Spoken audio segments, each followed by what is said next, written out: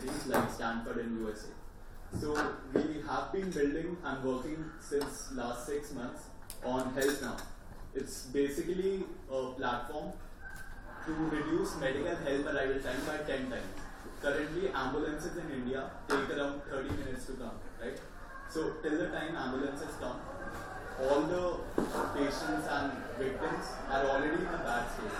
And moreover, India has only 24,000 ambulances out of 1,20,000 plus which are required in India.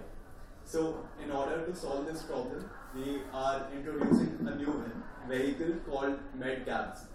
So these Medcabs are Ola and Uber cabs with our patent pending mini ambulance kits.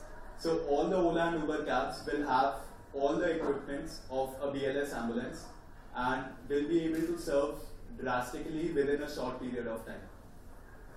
So entrepreneurship in India has always been defined by ideas which have directly been copied from West. So in the beginning of the ecosystem in around 2004 or 5 in India, all the ideas which existed in India and were built upon to be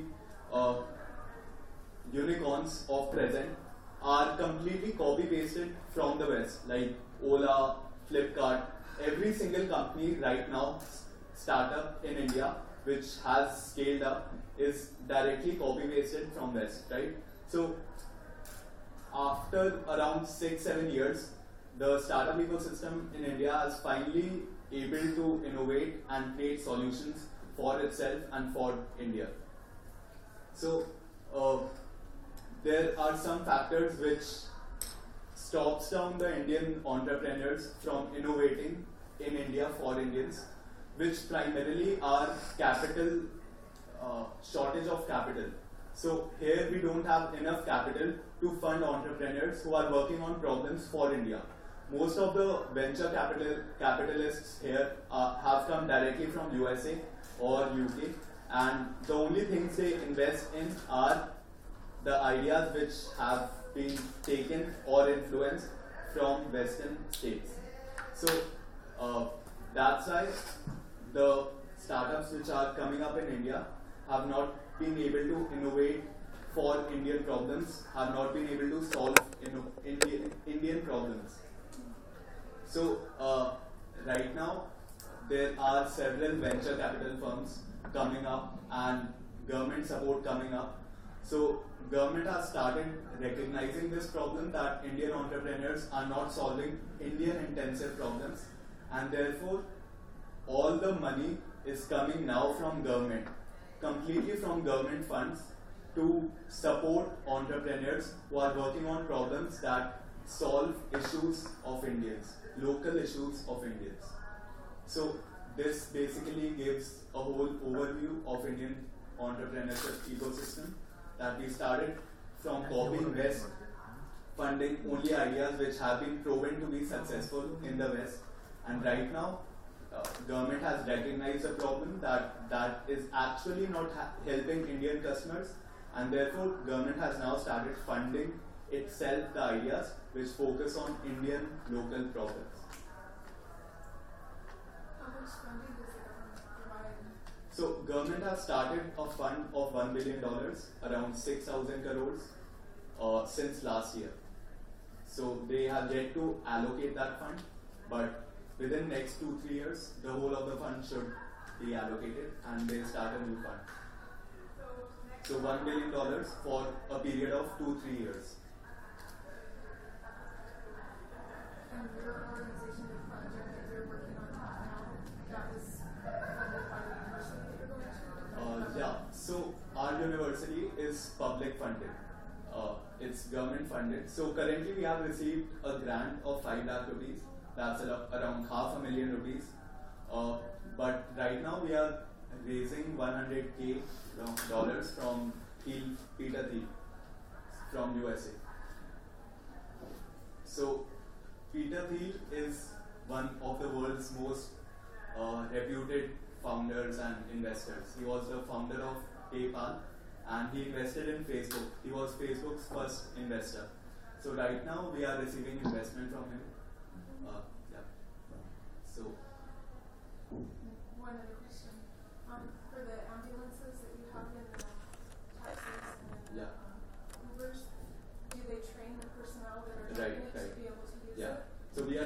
train all the drivers in local Indian languages. So, for example, we have over 30 Indian local languages. So, every driver will be trained according to his own local language, and the training will be AHA certified, American Heart Institute certified. So, from 100 ambulances in Delhi, within a period of 1 month, we'll create more than 400 medical vehicles which will be able to treat people. So, I know a little bit about the second speaker as well, so I'd like to introduce her. I'm not sure when will she be coming, but so Pooja is also from IIT Kharagpur, a different branch of the same institute. She started Anthill. So it's a company which extracts and finds up. Yeah. So they find waste materials and waste scrap, basically all the scrap from all the trash houses, and they use that trash to build swings and other play areas, basically play areas for kids. Yeah. So they use all these trash material, the tires, waste tires, and they use up to build play areas for children to play. Since most of the population in India is rural and are not from a financially well-off background, the whole project is aimed towards overall development of people who are not able to afford otherwise holistic development.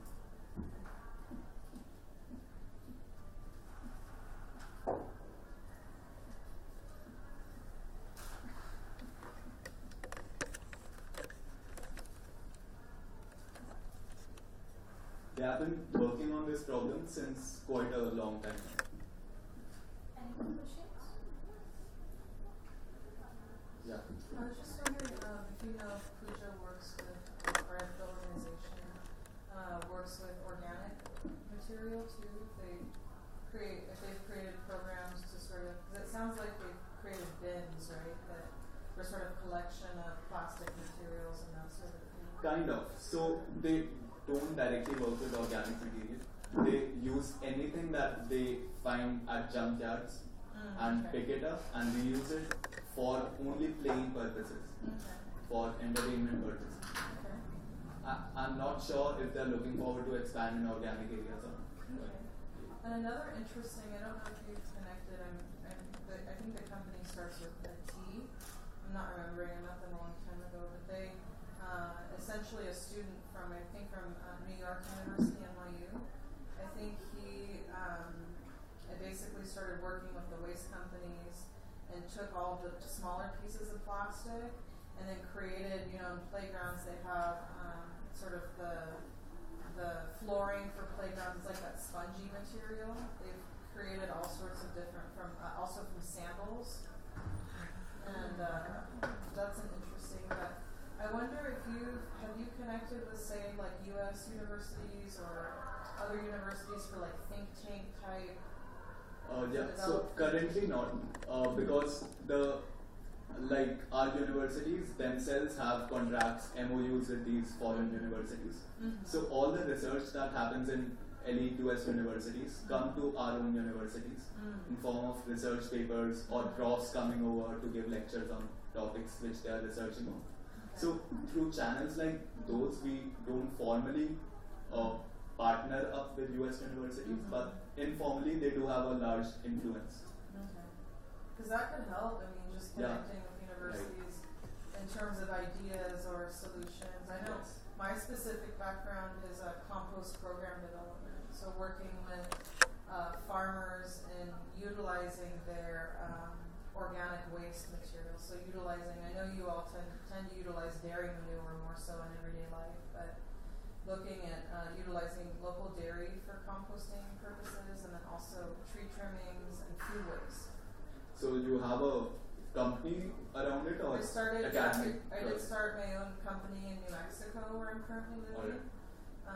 It's called NM Compost Company, But my specific research, I'm a PhD student, and my research as well is centered around they're a global company, they're called Sodexo. So they're a worldwide food vendor. They essentially provide the food vending for many, universities, corporate, kind of similar, like hotels, for example. And then we're looking at their pre-consumer waste, so it's all of the sort of the kitchen trimmings, lettuce scraps, carrot scraps, potato scraps, that sort of thing. And then utilizing that on a farm as opposed to incinerating or landfilling. That's pretty good. So, that's kind of my specific background. So for problems like that, I think the logistical issues are very complex in India. Like we have really complex logistical problems, which a few people are working on. So once we solve all those logistical and interpersonal issues, we might be able to implement projects like these. What are some of the logistical or what? So, for example, the communication points are quite complex. Like entrepreneurs don't know who to connect to or whom to contact, call for things like these, for procuring the waste and where to get the waste from. Even the hospitality chains and restaurants, like you said, or dairy farms, they don't have proper disposage facilities with them to dispose their own waste. So collecting that waste, which is all mixed up with certain kinds of plastics, bottles, everything in one chunk, segregating that waste itself will be a big deal. Well, I'm curious then, what do you know, like for example, what this hotel does with their? I'm not sure about this hotel, but most of the hotels, definitely. So most of the hotels they just have a single bin in which they put every single waste item. Right. Whether it's tissues or bottles or plastic waste or organic waste, everything in one single bin. Well, I think that's what's been more effective, at least in the waste facility I worked for, and what we're doing currently in a couple different areas in New Mexico.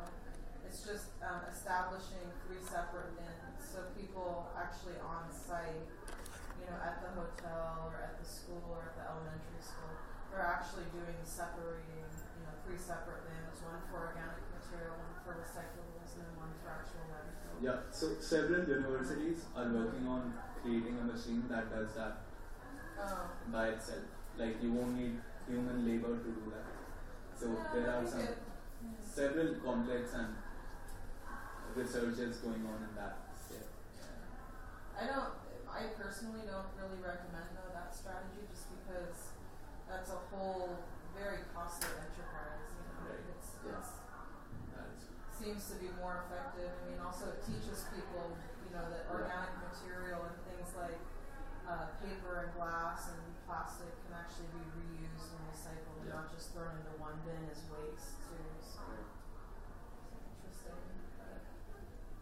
So companies could be started which provide dustbins, like different kinds of bins, to organizations like this hotel itself. Yeah, so we won't even require human effort to segregate the wastes. Oh, and it's really simple. I mean, if we have different dustbins at organizations like this. I'm from San Francisco originally, but I was living in Los Angeles for the past, where I got my master's degree, and in both. Which university? From Cal Poly at the moment. I haven't heard of it. California, it's California State Polytechnic University. Yeah. So I might be coming to SF. Oh, cool. In a couple of next weeks. San Francisco University or? No, for field fellowship. Oh, cool. So, in both areas, San Francisco and Los Angeles, they just basically established 3 bins everywhere. So it's Starbucks, universities, elementary schools, businesses. Exactly. And one bin is green, so that's they've sort of done educational materials on the front of it, so really simple pictures in like 4 different languages: Mandarin, English, Spanish, and then I think another, maybe Hindi or. And then essentially just very simple images, what goes into what bin. So that's like food waste. The second one was recyclables, and that's a gray bin or a blue bin. And then I think it was black bin or red bin was the landfill. So is it good? People just do So it. good design challenge in itself Mhm. to design bins which compel people to put items according to the bin. And then I think the other thing that's really effective too along those lines is just teaching it in schools. Right. Yeah. So that's what we did when I was little in San Francisco. So that was like 25-ish years ago. People from the government or from other nonprofit entities would come to school and say, teach the children what is recyclables, why do we recycle, and here's how we recycle. Yeah. Because I worked for a waste facility too that actually had, would separate the waste material, but they had so many issues. And really expensive. I mean, like $50 million facility just to separate waste.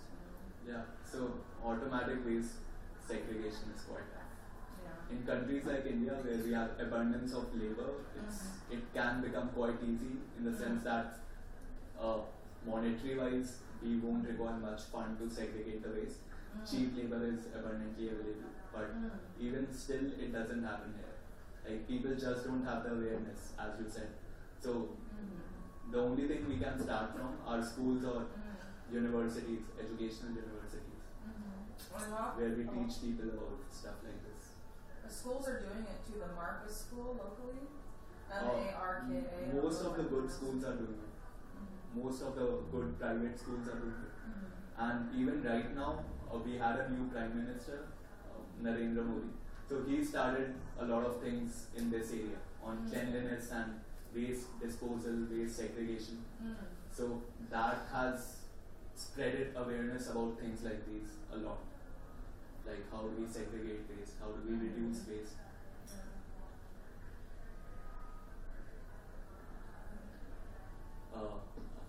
So what's your background? It's marketing and content environmental sciences. I'm a PhD student at New Mexico State University. Oh, so you both are from same school? Yes, from the same university.